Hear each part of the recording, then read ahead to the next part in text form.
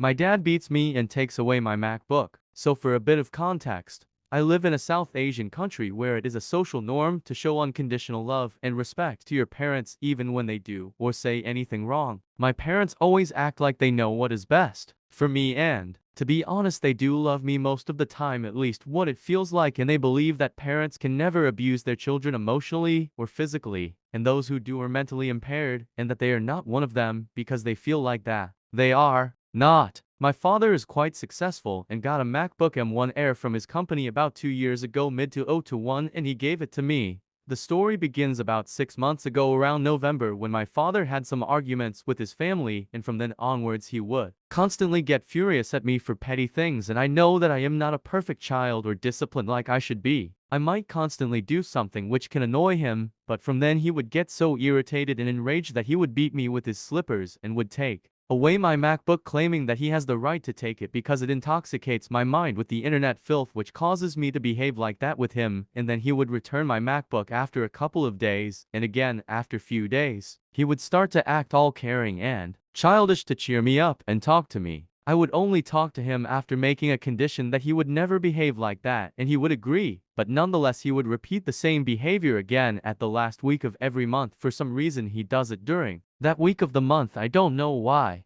During his raging period, he would constantly tell me that he will beat me up so badly that I will start bleeding and die, which makes me scared for my life, thinking that he is a disturbed person who would cross any limits just to take out his anger. Apart from this, he would constantly mock me by saying that I would end up homeless, would fail in my scholarship exams, and much more horrible stuff. Keep in mind that I am exceptionally good in academics and among the top 30 in my institute nationwide, which has its presence all across my country with hundreds of thousands of students studying in it for competitive scholarship exams. And not to brag, but I have recently been improving a lot and getting good marks in different Olympiads and competitive exams. Things recently got so bad that a month ago, he started going apeshit because I told him that I could not tolerate with his behavior and I want to seek support from a counselor. As usual, he took my laptop and started to berate me again, but in addition to that, he made me sleep in a room where I was not comfortable sleeping, and I would wake up at night due to anxiety or panic attack.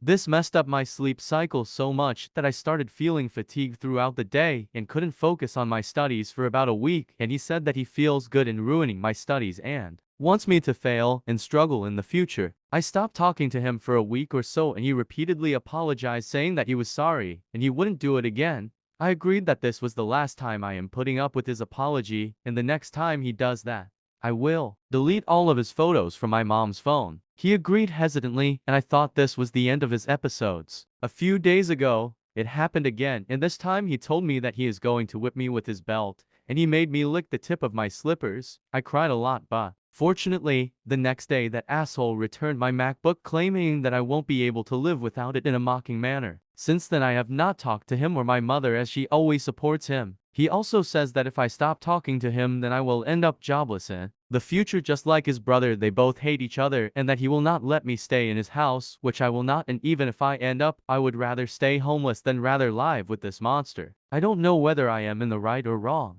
because he constantly apologizes to me and then goes back to his original behavior, and I don't plan on speaking to him ever again, as he likes to mock me angrily and says that if I don't listen to me, I will end up unsuccessful. Somebody, please tell me whether I am right or wrong, because wherever I stand, I just want it to end. Aida for telling my husband to let his daughter live with her uncle. My husband has a 14-year-old daughter, Debbie.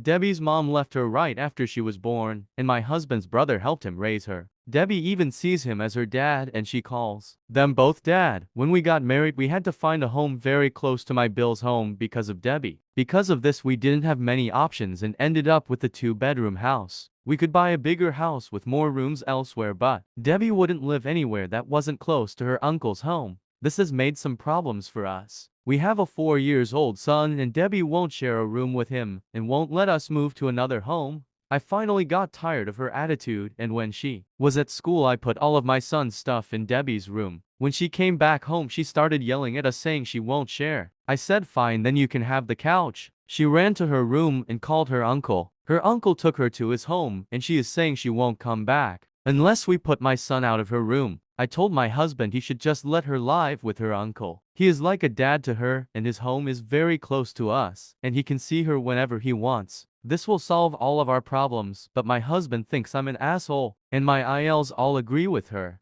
Aida for refusing to go to my sister's child-free wedding. My older sister is getting married in June, and her wedding is child-free. I have 2 young children who are breastfed. Toddler would be fine. Baby won't take a bottle, so wouldn't be and can't be away from them for extended periods. My toddler is also autistic, and she won't cope being babysat by someone she doesn't know. All of her trusted family members will be at the wedding. A few nights ago she asked me if I'd match the bridesmaids with my dress. I was confused because I've already told her I'm not going. She knows I can't be away from the baby and don't have anyone to watch the toddler. She got upset and said she thought I'd figure something out as it was such a big day for her. There isn't anything to figure out, as I told her. Even if I had someone to watch my toddler, no one would be able to have the baby. It wasn't possible for me to attend. I apologized, but I'm not making the effort. To be honest, I feel like a sack of potatoes since having my youngest. I couldn't imagine much worse than getting dressed up to be uncomfortable for 6 hours. Not to mention needing to take frequent pumping breaks. She's obviously in a bad mood and is now trying to find a way for me to come. I told her that, unfortunately, when you make broad demands, some people can't attend. If she wants me there so badly, she should let me bring my children. She's enlisted our parents in convincing me, which they haven't managed. She's now commenting on how I'm ruining her day. Am I the asshole? I understand her being upset with me, but I don't think it's entirely my fault.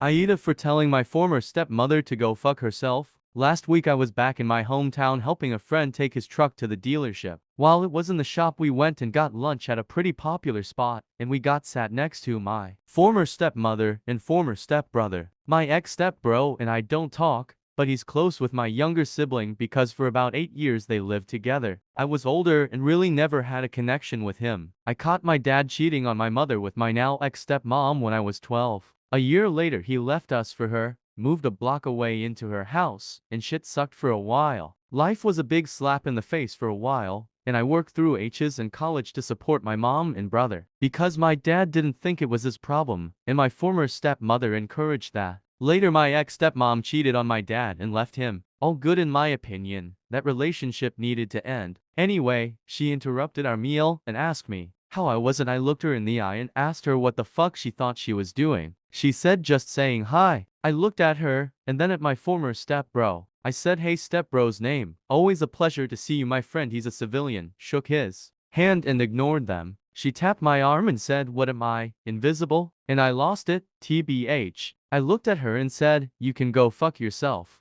Don't speak to me. I don't want to talk to you. Who the fuck do you think you are right now? Why on earth would you ever think I'd want to talk to you now that I don't legally have to? She said she was just being polite, and I asked her if she was still fucking married guys. My friend asked for the check. We left. He was cool about it. He remembers what my home life was like. But my brother thinks I was too harsh. My dad thinks I created drama from nothing. My wife thinks it was embarrassing even though she wasn't there. Personally, I still think she can go fuck herself. Edit my friend also thought it was extreme even though he was understanding. Aida for not attending a play that my BF is in because there is smoking in it. My BF 27M and I 26F have been dating for 2 years. He works full-time but he's also an amateur actor, which is his true passion. I've seen him in a couple small community plays since. We've been dating, but he's always had smaller parts. Recently, he landed a leading role in a play put on by a much larger local production company, and I couldn't be happier or more proud of him. He's very excited about it too, obviously. They've been rehearsing 3-4 nights a week for almost a month now, and opening night is set for 3 weeks from this coming Friday. He's been working his butt off and I can tell how much this means to him. But I started noticing that he was coming home from rehearsals reeking of cigarette smoke. Now, my BF doesn't smoke, and if he did we wouldn't be together because I have severe asthma and smoking is a huge trigger. So, I asked him about it and he said that some of his castmates smoke, but that there is also smoking in the play. He said the director wants to be as authentic to the source material as possible, and some of the characters smoke cigarettes throughout the play. I honestly didn't even think that sort of thing was allowed anymore. But apparently our state allows indoor smoking if it's part of a play or performance as long as there are written statements on any advertising and promotions. I asked my BF how much smoking is in the play and he said it's not constant, but it's quite prevalent. I asked him if they plan to have any performances that are smoke-free and he said, not that he's aware of. I asked him if that's something he could talk to the director about, and he said it's not his place to question the creative vision of a director. I told him if that's the case, I won't be able to come watch it because of my asthma. He immediately got defensive and starting trying to reason with me by saying that the theater is pretty big and well ventilated and he doesn't care if I sit way in the back as far from the stage as possible. He just wants me to be there. I told him I can't risk jeopardizing my health in that. It's not my fault that his director is so behind the times that they are putting on a play that allows for indoor smoking. It's 2023. Why is that even a thing anymore? I told him that I would obviously come support him if there wasn't smoking involved, but I can't